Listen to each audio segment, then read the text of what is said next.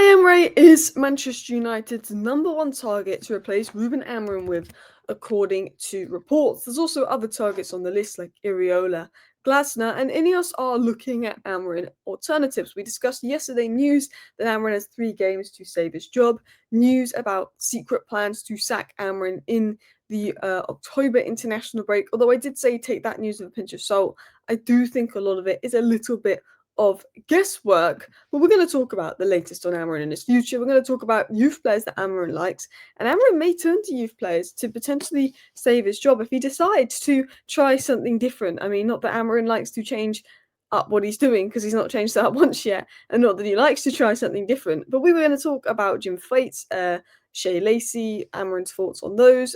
Casemiro expected to leave. Ruben Neves links Ruben Neves to come in for a January move. I'm not going to say no to that. I really am a big fan of Ruben Neves. I know he's in Saudi. I know he's a big fan of Ruben Neves. And Alvaro. Ten Hag, the worst thing Ten Hag did is when we had no fit left backs, let Alvaro go for 6 million. He's so good for Real Madrid. Oh, my head, you know what? Tactically, I think Ten Hag was better than Amorim because we won trophies, became 8th, became 3rd. But I tell you what, when it comes to talent ID, Amorim's a lot better than Ten Hag. Because the players Amorim's bringing in compared to the players Ten Hag brought in, and the players Amorim is selling compared to the players that Ten Hag sold, night and day. Ten Hag sells the good players, buys in rubbish players. At least with Amorim, we like the players he's brought in, and he's selling the players we don't want. But anyway, let's talk about all the latest Manchester United news. According to Give Me Sport, Unai Emery is emerging as the favourite to replace Ruben Amorim at Manchester United. So this was said by Give Me Sport. Now, this has been a rumour going about. Obviously, Aston Villa aren't having a great time. Unai Emery's not having a great time. For me, look, I hate this cycle of sacking managers continuously. I want to have a manager stick with it and make it work. The problem with Amorim is he's not shown me enough to try and justify sticking with it. You know, with Ten Hag, and people always say, Alice, you gave Ten Hag his full second season and you're already getting annoyed at Amorim after a few games in his second season. And I'm going to be honest, I will give the manager backing when a manager shows something worth backing. Ten Hag showed 3rd place trophy. Ten Hag showed something worth backing until the very end when I was like, maybe this guy's got to go. With Amorim, I know he hasn't got his players to fully make his system work, but from what he's got out of what he's got available, he's not shown enough for me. And I don't want to keep sacking managers, and I want Amorim to make it work because I'm fed up with this cycle. Because, like, okay, Unai Emery is an improvement, but is he the guy, Unai Emery? There's not a manager out there that I think this is the guy that's going to take Man United where they need to be. There's not a manager out there right now. Like, Unai Emery could be an improvement, but I still don't sit there thinking this is the guy. And look, it'd be just nice to see something from Amorim these next few games that I could these next few games that I could get behind. But because he's so reluctant to change, I sometimes feel like his sacking's inevitable because I don't want to keep sacking managers. I don't the money, everything, but we need something to actually see that we're like, this is worth backing. We're not seeing that yet. Among the early bookmakers' favourites, if Amorim goes, are Marco Silva, Glasner, Unai Emery, and Iriola. Again, the list isn't the most promising. Like Marco Silva's a stepping stone, probably interim type manager. Unai Emery's, I like him, good manager. But he did struggle. At Arsenal, you've got Glasner, who again very similar system to Ruben Amorim. And if we decided this squad just cannot play in back threes, are we better off going elsewhere? Do we think Glasner can do a better job than Amorim with the system? And then you got Iriola, who I like, but we sold a lot of players that suit his way. And again, he needed a lot of money at Bournemouth. That a lot of people don't talk about. Bournemouth spent a lot of money, so yeah, it's mixed thoughts. I just would love Amorim to get a win versus Chelsea and win 5 games in a row, and then we don't have this conversation. But we know that if things don't improve in the next 5 games, he's maybe gone. So let's talk about news and the latest transfer news. Casemiro's contract with Manchester United runs only until the end of the season. The contract has a renewal clause for another year that can be activated if both parties wish, but that's unlikely to happen. The midfielder intends to leave the club at the end of his contract. It looks like Casemiro will leave Manchester United. I don't think Man United want to renew the contract because he's on over £300 a week, and I think Casemiro may decide he wants to change because there's Saudi, there's MLS clubs interested in him. Now, obviously, we have this with a lot of players where their contract runs out in 2026, but we have an option to extend it to 2027. But to extend it to 2027, both parties need to agree to that. I don't think Manchester United are going to trigger the 1 year extension of Casemiro's contract, even though I feel like Casemiro is going to be a very important player for us this season and in our best starting 11. I don't think we're going to be extending his contract. I don't think we're going to be extending Maguire's contract, because I think if we can get them off the wage bill, it gives us a significant amount of funds to refresh the midfield next season, which is something United need to do. We're talking not just Baleba, but we need Baleba and Wharton. We need a big midfield refresh. Now, talking of squad refresh and talking of refreshing Manchester United, if Ruben Amorim, isn't going to change his tactics, he's just getting the same players to do the same thing in the hope that it eventually works. The other thing he maybe could look at is changing his players.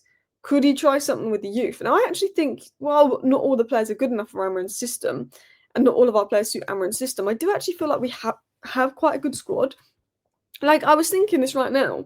If Amorim wants to play the way he wants to play, Lamens in goal, Managerial right centre back, Euro left centre back, De Ligt central centre back, Dorgu and Ahmed as the wing backs, Casemiro and Maino on the pivot, Bruno left turn and Boomer right turn, Sesko up top. You've got Xerxes on the bench. Hopefully, Cunha and Mount will be back from injury soon.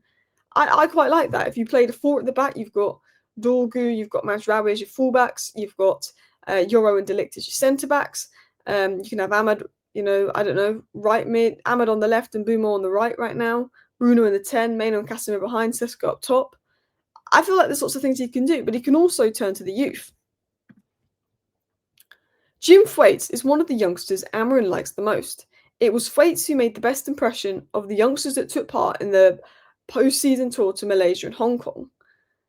So he's one of the youngsters Amorim likes. Amorim has an eye on. I thought Sekou Kone was the most impressive in that tour. I thought Shea Lacey showed signs. I thought Thwaite showed signs.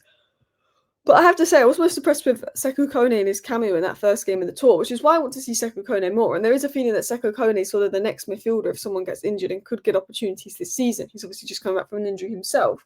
But Jim Thwaite is rated really highly. But another player that's rated really highly is, of course, Shea Lacey. Shea Lacey is impressing at Carrington. As a result, the club is now considering a well-placed loan move in January if he's not in the first team squad under Amorim by then.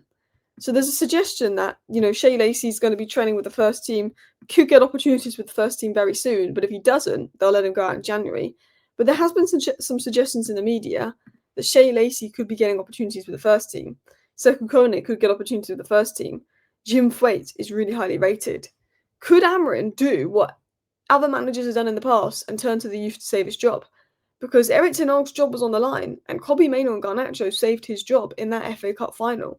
Eric Ten Hag turned to the academy in Mainoo and Garnacho, and it saved his job. Could Amorim turn to the academy, look at Sekou Kone, look at Shea Lacey? Could it save his job? I don't know. I don't think it's a case of you swap Agate for Sekou Kone and we're miles different. I think, the system needs to change, and a lot of things need to change on Amorim's end. But it'll be interesting to see.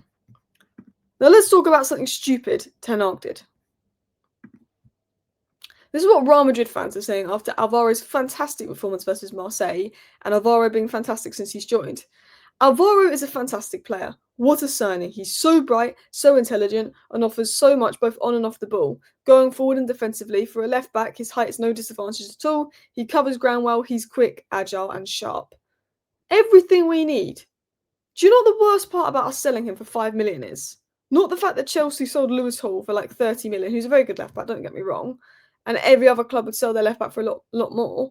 It was the fact that when we sold him, Luke Shaw and Malacia were both injured. We didn't just sell him. Luke Shaw and Malacia were both injured. We had no left back. We played Lindelof at left back. We played Amrabat at left back because Ten Hag wouldn't give this guy a chance. It's like when Ten Hag was bad. He didn't like Alvaro, so you know what? Forsen up top. Amrabat or Lindelof, you go play left back. It was a joke. It was an absolute joke. Look, my blood boils that we let him go. And then last but not least, I want to talk about Ruben Neves. It was said that Manchester United manager Ruben Amorim admires Al Hilal midfielder Ruben Neves, and a January transfer is possible. Neves could return to Europe for around £15 million. Ruben Neves is obviously getting on a bit. He's obviously been in Saudi for a while. But look, I'm a massive fan of Ruben Neves. He was very good in the Club World Cup. He's very good for Portugal when he gets called up. I'm not against bringing Ruben Neves in on the cheap in January because we know that we're going for Baleba in the summer. And let's say we can only get Baleba in the summer. I'm not totally against bringing in an experienced player like Ruben Neves. I'm not against it. And look, there's a lot of midfielders I don't want to bring in. I want to get away from bit part deals, but it's like when Arsenal brought in Jorginho just to stabilise them for a few years, to just add a bit of experience, not starter. I'm open to it on the right wages. Anyway, let me know your thoughts down below. Thank you for watching. Bye.